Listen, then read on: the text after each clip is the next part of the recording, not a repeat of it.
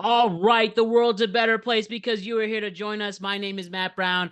I am the host of the Productive Conversations podcast. It is a very special podcast. Big news that took place today, Saturday, February 28th. And we're talking about the United States of America and Israel's joint attack on Iran and the insane repercussions that follow that. So right before we discuss what's about to happen, or what I should say, before we discuss what's been happening today, I just want to remind you, like and subscribe to the Productive Conversations podcast on all podcasting platforms and YouTube. And don't forget, check out exclusive content regarding the show across all social media platforms. We're on TikTok at Proud Convo Pod, Facebook at Productive Conversations, X at Proud Convo Pod, and we're on Instagram at Productive Conversations Podcast. And yes, as I start this vacation, we take a week off. We had humongous, world-changing, historic news take place on Saturday, February 28th, 2026. The world is fundamentally different than it was just 24 hours ago. We are witnessing what happens to be the total collapse of a geopolitical order in the Middle East. The United States and Israel have launched a massive joint military campaign across Iran. The United States calling it Operation Epic Fury. The Israelis calling it Operation Roaring Lion. This isn't just surgical strikes. This is a full-scale decapitation. This is a full-scale decapitation. This is a full-on attack on the Iran regime. And yeah, this significant changes have come. The biggest question on everyone's mind is he gone? Is Iran's leader gone? Well, President Trump posted on Truth Social on Saturday at around 4 o'clock in the afternoon Eastern Standard Time that the Ayatollah Ali Khamenei is dead. Israeli Prime Minister Netanyahu also reporting growing signs that the supreme leader was killed in his compound in Tehran. And Iran state media hasn't confirmed at the time of this recording 6 o'clock on 6 o'clock Eastern time on Saturday, the 28th of February. But satellite imagery shows that the site where the Ayatollah was allegedly at is completely gone and disseminated. But yes, this was a daylight attack on a Saturday, the first day of the work week in Iran. It was designed for maximum shock and also not to mess with the stock market, right? But we're talking about Tomahawks were used from the 5th Fleet, HIMARS, F-35 striking targets, IRGC command centers, hitting major nuclear sites. I mean, for lack of a better term, shit went down in Iran. There has been retaliation from this. Iran has already struck back. Missiles and drones have been launched at Israel and United States bases in Qatar, Bahrain, and Kuwait. One person has been confirmed killed by shrapnel in Abu Dhabi. We're in the middle of a regional firestorm happening right now. And unfortunately, there have been some casualties. The Red Crescent is reporting over 200 dead in Iran. There are heartbreaking reports of a girls' school hit in the crossfire. Fortunately, the reality of war, even with these precise weapons that they have. And yeah, but the big thing here, what I'm confident to reported by the Associated Press, reported by the White House, Reuters, BBC, the President of the United States, that the Ayatollah is gone. Somebody who's been in power for 3-4 decades, and somebody who's caused massive stress, has caused nothing but destruction in that country, and he's gone. And I also want to say I'm not, I'm a podcast host, very proud podcast host. I'm here to have productive conversations on everything that's going on in the world, and I'm sticking to that, where I am recording on this Saturday to discuss this big news, especially during my week off. This is world-changing news. And I'm proud. I'm doing the best I can, and I'm proud of it. So, again, if I mispronounce something, if I got any information wrong, any facts, I've checked 600 times to make sure everything I have in front of me is correct, and that seems to be the case.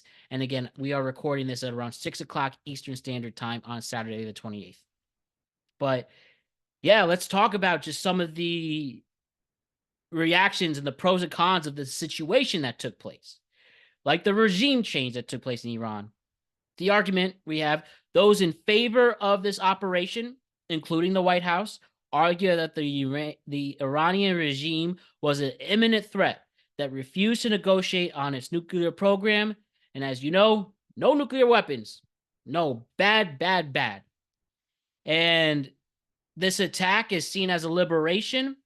President Trump told the Iranian people today, the hour of your freedom is at hand. The goal is here to remove the hand of the snake and let a new pro-Western government rise. That was said by the president. If the regime fails, right, if what happened here ultimately goes in the wrong direction, right? Well, if what happened here goes in the wrong direction, people argue that the axis of resistance, which include the Houthis and Hezbollah, will lose its funding, and the Middle East will finally see lasting peace. That's what those in favor probably see the situation as. And then there's the other side of this, the chaos and the blowback. Critics are terrified from what happened here this afternoon on this Saturday in late February as we head into a new month. They say this looks a lot like Iraq in 2003, but with much more powerful and ideological driven, with a much more powerful and ideological driven enemy. If you kill the supreme leader and top Iranian brass, you don't necessarily get democracy. You get a power vacuum, some critics say. We could be looking at a civil war in a country that has over 90 million people in it. It's one thing people say that's a bad situation. There's also the economic issues from this attack. And if Iran closes the Strait of Hormuz, the global oil, where we get our oil coming in and out, the Strait of Hormuz, again, I apologize if I mispronounced that, but basically, if in retaliation that Iran decides to close this pathway where a lot of nations get their oil, it will cause oil prices to go extremely high, and starting on Monday could be as much as 200 a barrel. But is the United States prepared for a global depression from this? We'll have to see. But ultimately, we have to figure out, where does this leave us? Where do we go from here? And from me presenting the facts, presenting both sides of the argument, what can I say? In this world where we can't control, where we'd like to think we can control everything, ultimately we can't. We can't control everything in this world. There's repercussions, pros and cons of these things, but we couldn't do anything about it. That's where we rely and trust on our elected officials to make sure that we are not put in harm's way from this. And also the retaliation Iran can face, or not to fearmonger, there are people who will be attacking large crowds of Americans or American embassies, whether the Middle East or beyond. I don't know. Again, I'm not an expert. I'm just here reacting to a significant moment where this country, since the late 1970s, was under this authoritarian leadership, almost dictator. I mean, is it fair to say dictator? Seems so, where people's rights, where civil rights have been taken and stuff like that. But from what I've seen online, of course, it could be manipulated. I will say that, but I've seen people on the street seem to be happy about this. They were not in favor of what the Ayatollah was doing. And then, the United States has been back and forth with Iran since the late 70s, from Carter, Reagan, Bush, H.W. Bush, Clinton, W. Bush, Obama, Biden, and 2 Trump terms, 8 different presidents. And it's been, this country's been a thorn in the United States side. And we don't like to see violence. We don't like to see people dying. We don't like to see people get hurt. But unfortunately, this is what happens in this world where there's lots of threats, lots of ego, lots of power clashing. And I don't know, it seems that the United States had a fuck around, or I should say the United States presented to Iran a fuck around and find out. Months and weeks of them trying to prove that there isn't a nuclear program going, that they're not continuing to strip rights and stuff like that, that they won't attack, do surprise attacks, and hurt Americans. Well, the United States and Israel said, well, enough is enough. And either you condone what the United States did or not, it at least presents the influence of the United States and why you shouldn't mess with them, why you shouldn't threaten them, and trying to maneuver through Twitter and social media, from the trolls to those trying to report the news. At the end of the day, the United States government felt like this is what they had to do, or I should say, at least the Trump administration felt like this is what they had to do, and they did it. And now we're going to see what happens next.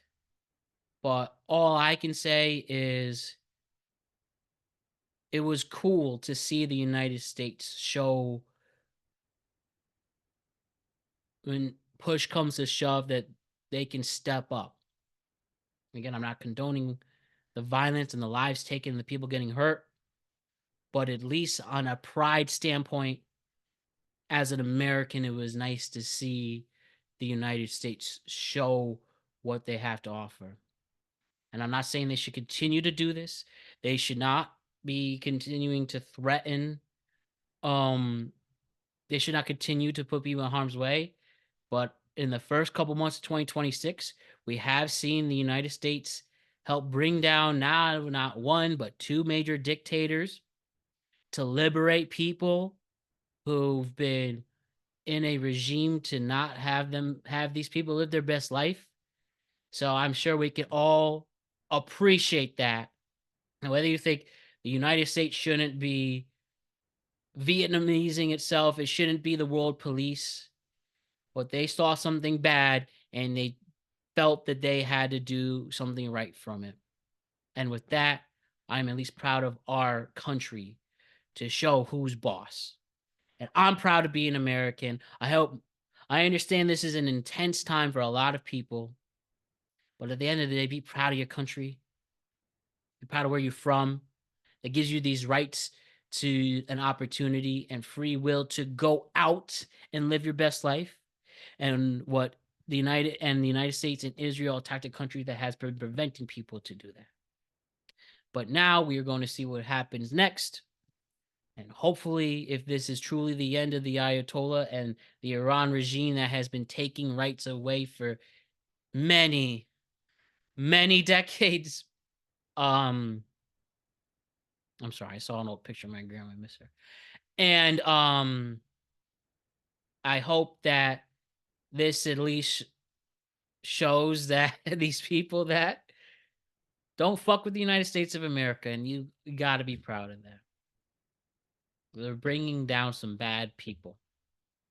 And of course, there's a cost for it. But at least the United States felt like they did what they had to do. And I will see in the coming days, weeks, and months where this historic moment will lead. So I just wanted to go on the air and talk about what happened, give my perspective. As I mentioned, after accomplishing our 700th episode, this is pretty cool for 701 to comment on a big historic, world historic event. And assuming nothing else significantly happens, I will be off for the rest of the week. I will return on Sunday, March 8th to do the sports productive conversation. So that's the plan, and we'll get ready for that. And then this week, no tweet caps. We just have a UFC preview with Dolo and Jose covering, I believe this is UFC 327. Let me double check that. No, I'm way too far for that. For UFC 326, which will be this upcoming Saturday, March 7th, we have Holloway versus Oliveira 2. But I think that's correct. I was confused with Pereira. So we're gonna have Max Holloway versus Charles Oliveira 2, a championship for the a light heavyweight championship fight that will take place on Saturday the 7th. Jose and Dolo will cover that for you, and that will be released on Wednesday of this week. That will be the 3rd. So we'll see you then. If there's any more major developments regarding this story or anything else, we'll hop right back on the air and do another emergency podcast. But for now, this is what I have to say. Best I could say it. Again, I'm not exactly a expert or master in foreign policy, but I just saw the United States see an enemy and take it out. And for that, I'm proud to be an American. And I understand the cost that caused. And it's obviously very sad that the sign of lost life. But at the end of the day, do not test the United States of America, because this is a great country with a strong history that will be celebrating its 250th birthday, God willing. And situations like these to save people and liberate a nation that needed it, that's something to have a lot of pride and patriotism in my opinion, at least. So that's what I have. That's your reaction to the United States and Israel striking Iran. And we'll be back all together on Sunday, the 8th, to discuss a sports productive conversation. And then we're all back to do the tweet cab and talk about what's trending in the world on March 10th. So I keep my promise, productive conversations no matter what. So good stuff. God bless the United States of America. We'll see you soon. Be safe out there.